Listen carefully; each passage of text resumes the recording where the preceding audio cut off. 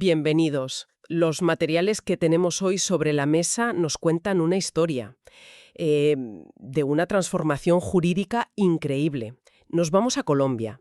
Vamos a intentar entender cómo, a partir de su Constitución de 1991, el país no solo cambió sus leyes, sino que reinventó por completo su forma de entender el derecho. Es casi como si hubieran cambiado, no sé, el sistema operativo de todo el Estado. Y lo más curioso es que todos los documentos que hemos analizado coinciden en una metáfora, una idea central, la de un trípode. 3 columnas que sostienen todo el edificio legal. Esa es nuestra misión hoy, desgranar estas 3 piezas, ver cómo encajan y por qué crean un modelo que los expertos califican de único y, bueno, extraordinariamente potente. Justo, esa es la clave. El modelo tradicional, el de la ley es la ley y punto, pues quedó obsoleto. La Constitución del 91 instauró lo que las fuentes llaman un neoconstitucionalismo robusto. Que suena un poco a término académico. Suena muy académico, pero en la práctica significa algo muy concreto. Un poder judicial con muchísima fuerza, una defensa a ultranza de los derechos de la gente y, sobre todo, que la Constitución deja de ser un documento poético. Un texto inspirador. Exacto. Pasa a ser el manual de instrucciones de absolutamente todo. Vale, pues vamos a desmontar ese trípode pieza a pieza. ¿Cuál es esa primera columna, la que los documentos señalan como la más rompedora de todas? La primera y quizás la más expansiva es el bloque de constitucionalidad. ¿El bloque de constitucionalidad? Sí, la definición que da la propia Corte Constitucional colombiana y que recogen nuestras fuentes es muy directa. Es un conjunto de normas y principios que, aunque no estén escritos palabra por palabra en la Constitución, pueden tener su mismo valor. A veces incluso un valor superior. En la práctica, son como las gafas con las que se debe leer todo el derecho del país. Un momento, para que me aclare.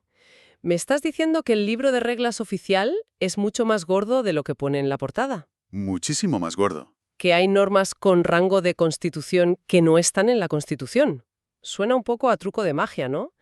¿De qué tipo de normas estamos hablando? Exacto, es un libro con anexos potentísimos. Lo fascinante es cómo se compone. Las fuentes lo dividen en 2 categorías.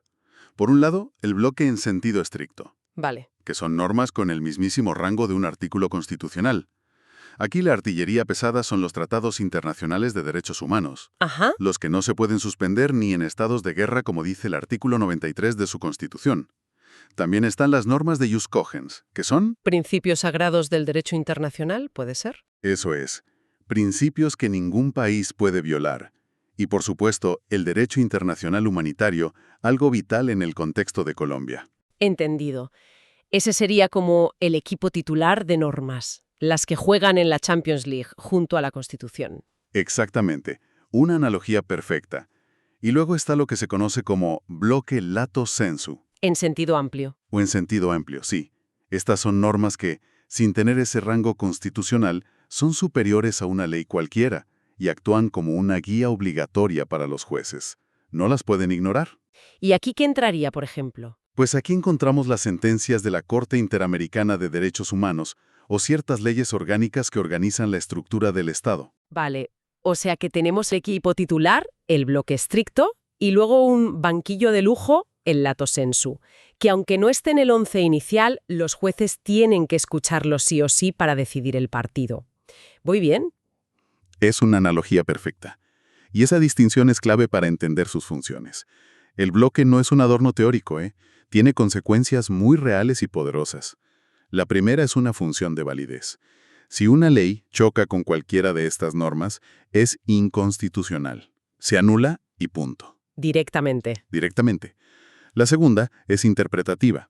Cualquier norma, desde un código penal a una multa de tráfico, tiene que interpretarse de acuerdo con este universo de reglas. Pero en los textos se habla de una tercera función, una de expansión, que parece la más potente de todas. Lo es la que lo cambia todo. Esta función convierte derechos que en los tratados internacionales podían parecer meras declaraciones de buenas intenciones, Sí, papel mojado a veces. pues los convierte en derechos reales, tangibles y exigibles ante un juez. Transforma la retórica en herramientas jurídicas. Espera. Aquí es donde la cosa se pone seria. ¿Me estás diciendo que un derecho como el de la salud, que en muchos sitios es una simple aspiración en la Constitución, Sí. En Colombia se convirtió en algo que una ciudadana puede exigir con una orden judicial en la mano, como si fuera el derecho a la propiedad. Eso es una bomba. Precisamente. El caso del derecho a la salud es el ejemplo paradigmático que citan todas las fuentes. Durante décadas fue un derecho programático, una meta. Una aspiración. Pero al integrar en el bloque el Pacto Internacional de Derechos Económicos, Sociales y Culturales, la Corte Constitucional dijo: se acabó. La salud es un derecho fundamental autónomo.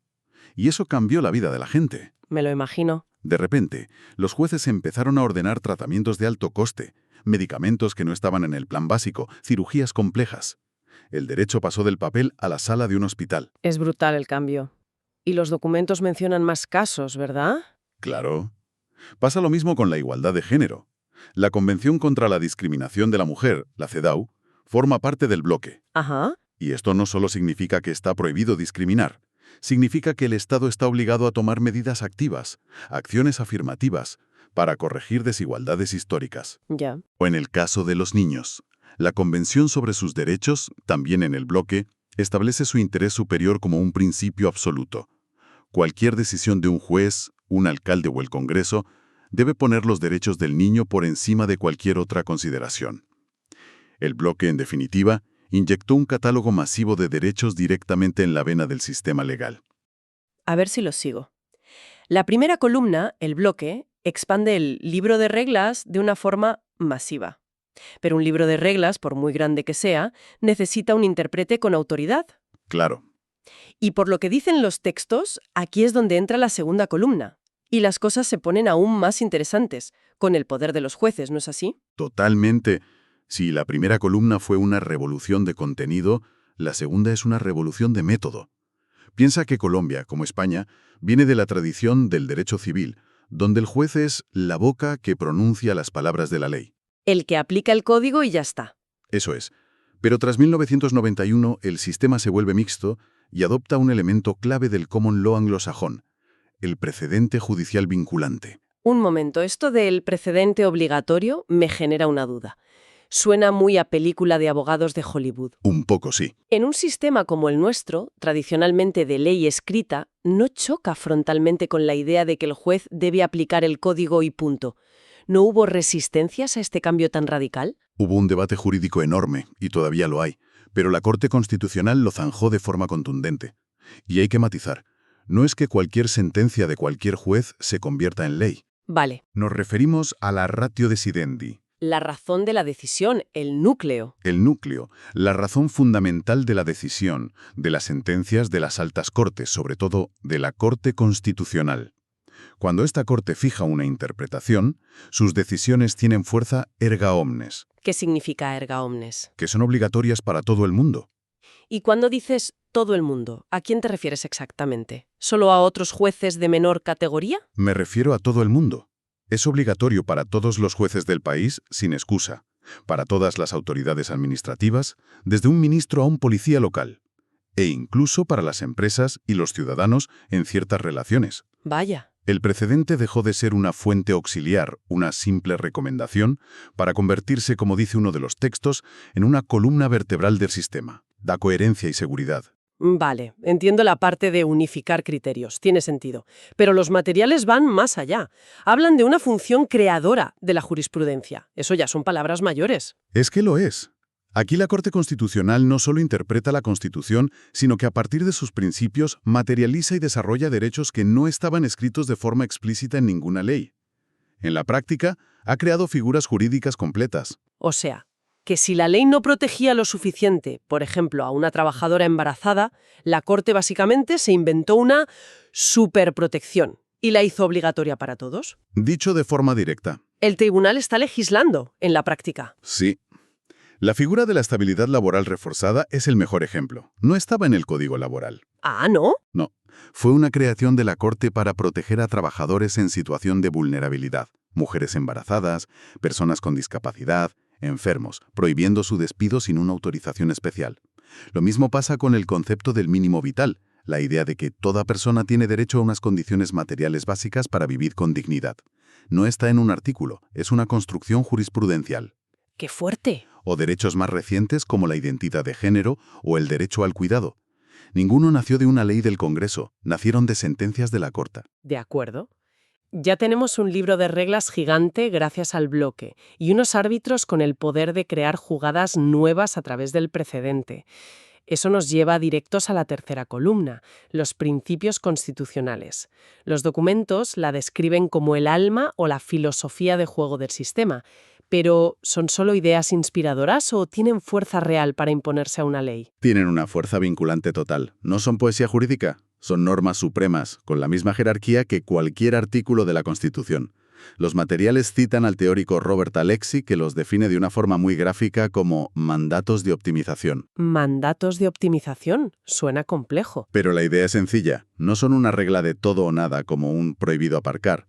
Son más bien como un dial que hay que subir al máximo posible en cada caso. A ver. Son órdenes que deben cumplirse en la mayor medida posible, según las circunstancias. Por ejemplo, la dignidad humana no es un interruptor de encendido apagado, sino un objetivo que hay que maximizar en cada decisión del Estado.